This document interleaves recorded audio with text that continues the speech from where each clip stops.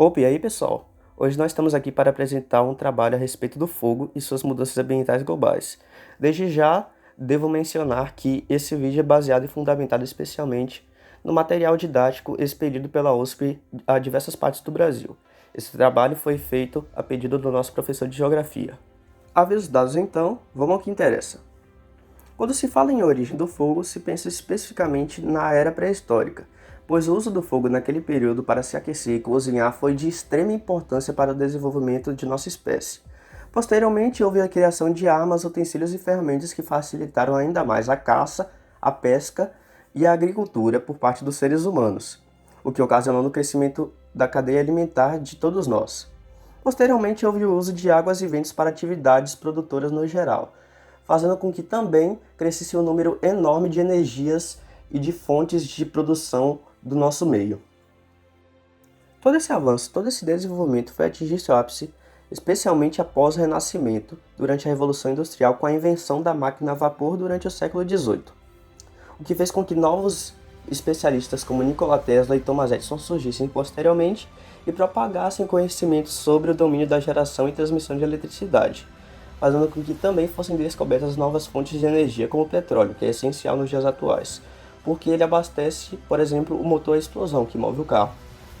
Pois bem, todo esse contexto histórico é fundamental para o entendimento da necessidade de eletricidade e de energias no geral que nós utilizamos na atualidade e que é o assunto desse vídeo juntamente com o fogo. Você já notou que precisamos de energia para tudo o que fazemos?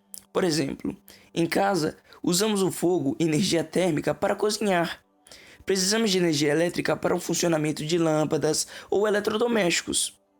E em nossa própria energia, já de manhã, quando levantamos com muito sono. Pois é, basta pensar, onde há energia para descobrirmos que ela é uma base de vida. É ela quem permite realizar tarefas como carregar, plantar, fabricar, transportar ou cuidar. Sem ela, não sentiríamos as sensações e as emoções da vida. Também é ela que dá movimento ao vento, às ondas do mar, às marés. Ela está no sol, nos alimentos, em nós mesmos, nas máquinas e entre outros lugares. Com a energia presente em tantas coisas, fica difícil defini-la. Os antigos diziam que é a capacidade de realizar trabalho. Talvez seja uma das melhores explicações, mas não dá conta de tudo. Calor é energia, mas nem sempre é trabalho. Na natureza, nada se cria, nada se perde, tudo se transforma, escreveu o cientista Antoine Lavoisier em 1774, ao concluir que, numa reação química, os elementos que compõem as substâncias podem mudar de lugar, mas não desaparecem. A conclusão também se aplica à energia. Uma transformação energética sempre faz parte do processo pelo qual a máquina e equipamentos realizam o trabalho para o qual foram projetados. Por exemplo, no fogão a lenha, a energia química da madeira torna-se calor, energia térmica, que aquece os alimentos. Nos automóveis, a energia química contida na gasolina, no diesel, gás natural ou álcool é transformada em movimento, energia de movimento ou cinética. A turbina instalada num rio usa o movimento das águas, energia cinética, para mover pás que geram energia elétrica. No liquidificador, em nossa casa, a eletricidade, energia elétrica, move as pequenas pás do seu corpo, energia cinética, para modificar os alimentos. Quer dizer, utilizamos várias fontes de energia, como lenha, gasolina, diesel, gás, álcool, água em movimento e eletricidade, para acionar máquinas, fogão, motor do carro, turbina, motor do liquidificador, onde uma forma de energia transforma-se em outra que realiza o trabalho desejado, preparar os alimentos, mover veículos, gerar eletricidade e etc. Somos o que consumimos. Você já parou para pensar quanto de energia 6,27 bilhões de pessoas consumiram em 2003?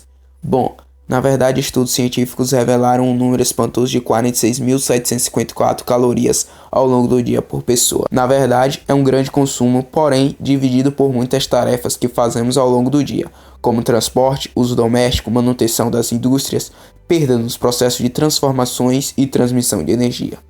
Contudo, existem variações de consumo de energia no mundo, Em alguns países como o Brasil, o consumo energético é bem menor que o dos Estados Unidos, e em Bangladesh, o consumo já é menos do que o norte-americano e o brasileiro.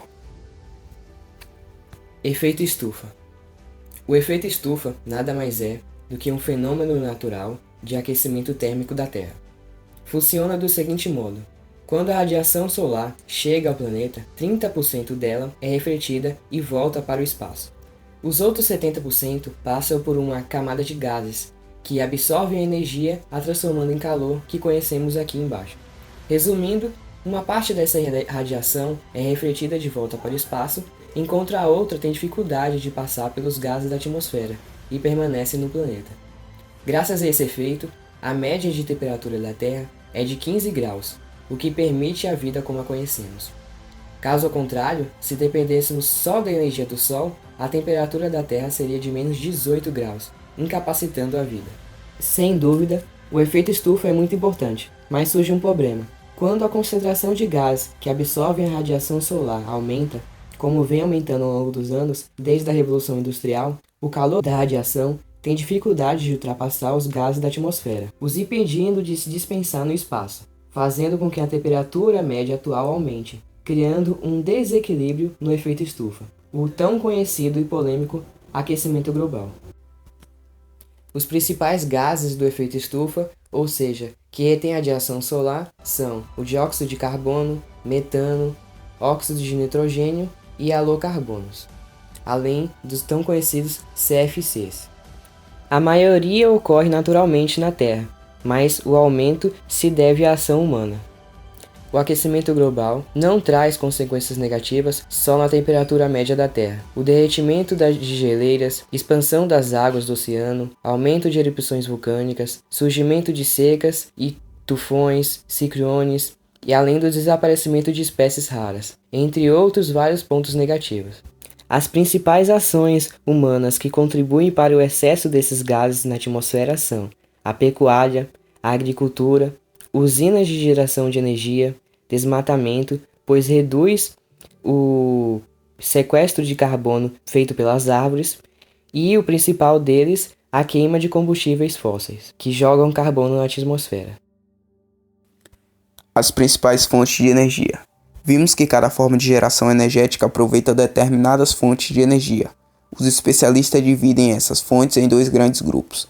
Temos fontes de energia não renováveis, que são disponíveis em quantidades fixas no planeta, ou seja, sem a capacidade de se regenerar no curto período de tempo. O petróleo é um dos exemplos. Na medida em que é consumido, pode se esgotar. Mas também temos as fontes renováveis, que ao contrário, resultam de fenômenos cíclicos naturais, acarretando a renovação numa curta escala de tempo. É o caso da água em movimento, da radiação solar e mesmo da biomassa, energia extraída de vegetais que se recupera quando replantamos a espécie. Chamamos de fontes alternativas de energia aquelas que são renováveis e de baixo impacto ambiental. Bom, um desafio das próximas décadas será desenvolver novas fontes de energia renováveis e não poluentes. Quem hoje está na escola terá no futuro de tomar as melhores decisões, pois cada acerto trará sustentabilidade para a vida, e os erros podem ter custos para o planeta.